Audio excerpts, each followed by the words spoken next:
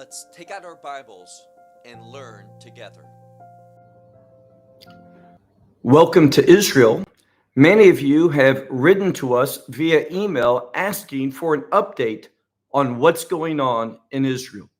Many people believe that the war is going on, and even though there is much conflict, you all probably know about the many rockets and such that has happened, but the war in Gaza in force has not yet begun. Now, many of the Israelis, we are surprised by this for a reason, and that is we had assumed that Israel would already be in Gaza now and have taken the fighting that has been by air and by sea onto the land, having entered into Gaza proper. But that has not yet happened. And let me point out that the Israeli military has said that everything is ready for the next phase, meaning we want to get going on this invasion of Gaza. But it has not happened. And why is that? Well, the answer is because of American pressure. Let's be very clear. It is the Biden administration that is pressuring Israel, despite all those wonderful words of support that you're not alone, we are with you, and the assistance, military assistance that America has provided. All of that is wonderful, but the problem is this. The American administration is saying to Israel, don't go into Gaza yet. And it's one delay after another, after another. And the time for action is at hand.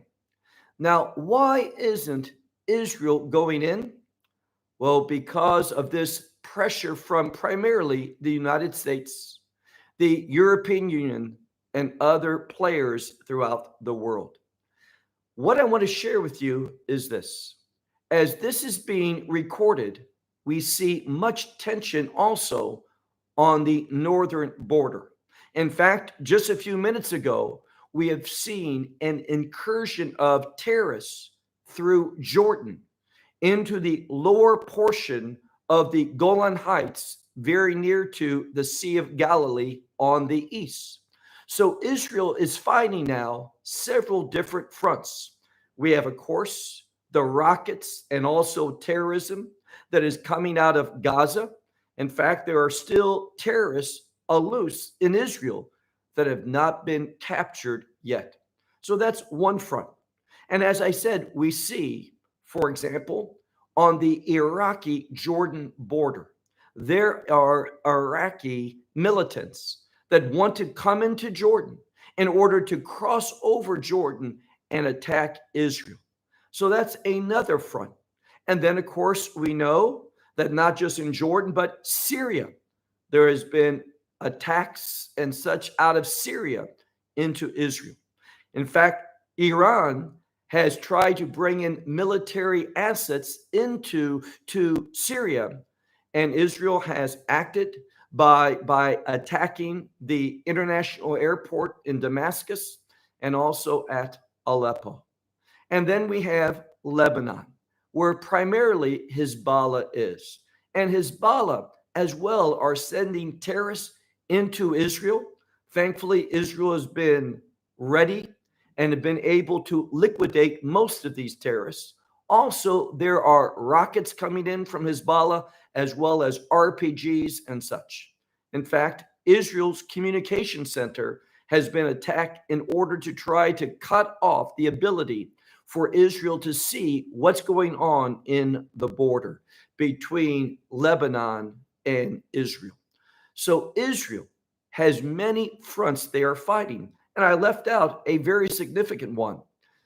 You are aware of the biblical terms Yehuda veShomron, that is Judea and Samaria, what most of the world miscalls the West Bank.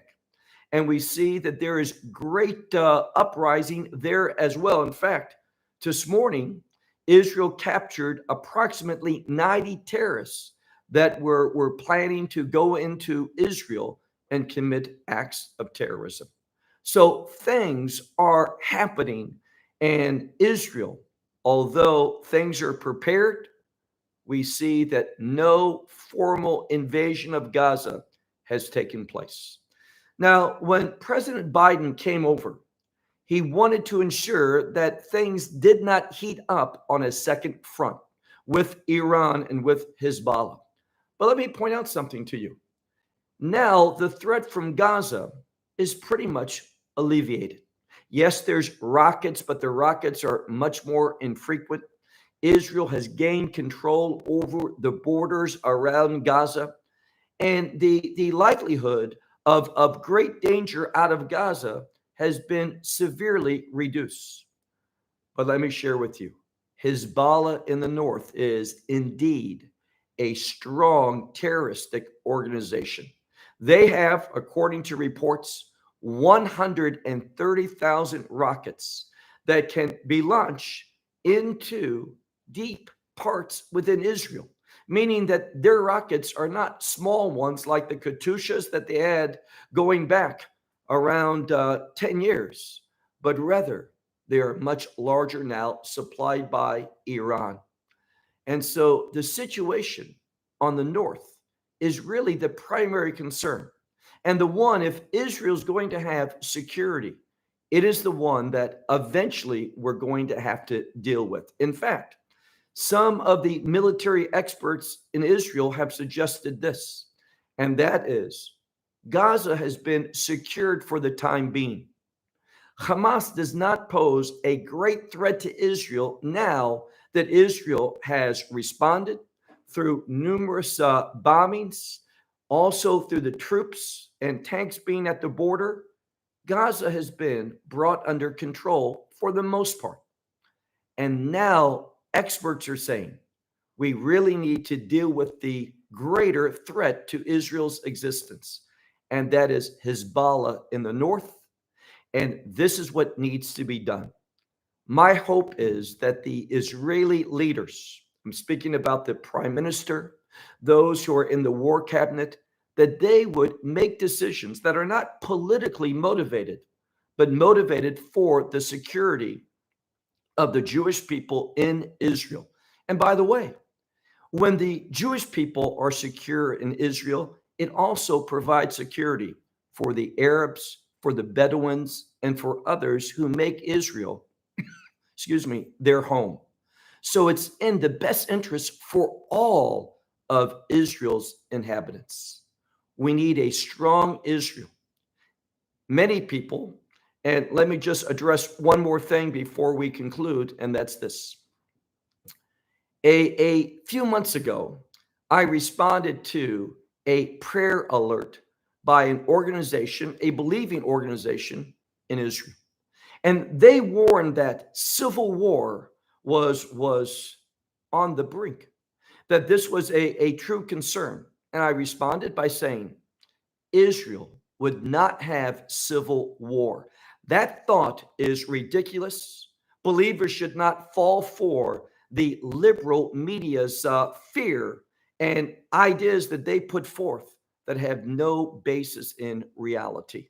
Now, this organization, it's also one that believes strongly in modern day prophets. But I ask you, in that organization that supports this modern day prophet movement, where were the prophets who said that something was coming, that there was going to be in a very few weeks a major war that broke out that had serious implications? None of those prophets saw this. And I would suggest none of their prophets are really prophets at all. We need to be biblically sound. What's going on now is the beginning of what Daniel 8 teaches about Iran. There we find the language Medai Uparas, the Medes and the Persians. And what we see is prophetically, Iran is going to play a great destabilizing influence in the world. This is beginning. We need to be people that pay attention to Scripture, to watch what's going on, not only with their eyes, but with the Bible in our hand, and be people who are prepared prophetically for what is going on and what is going to take place. Israel.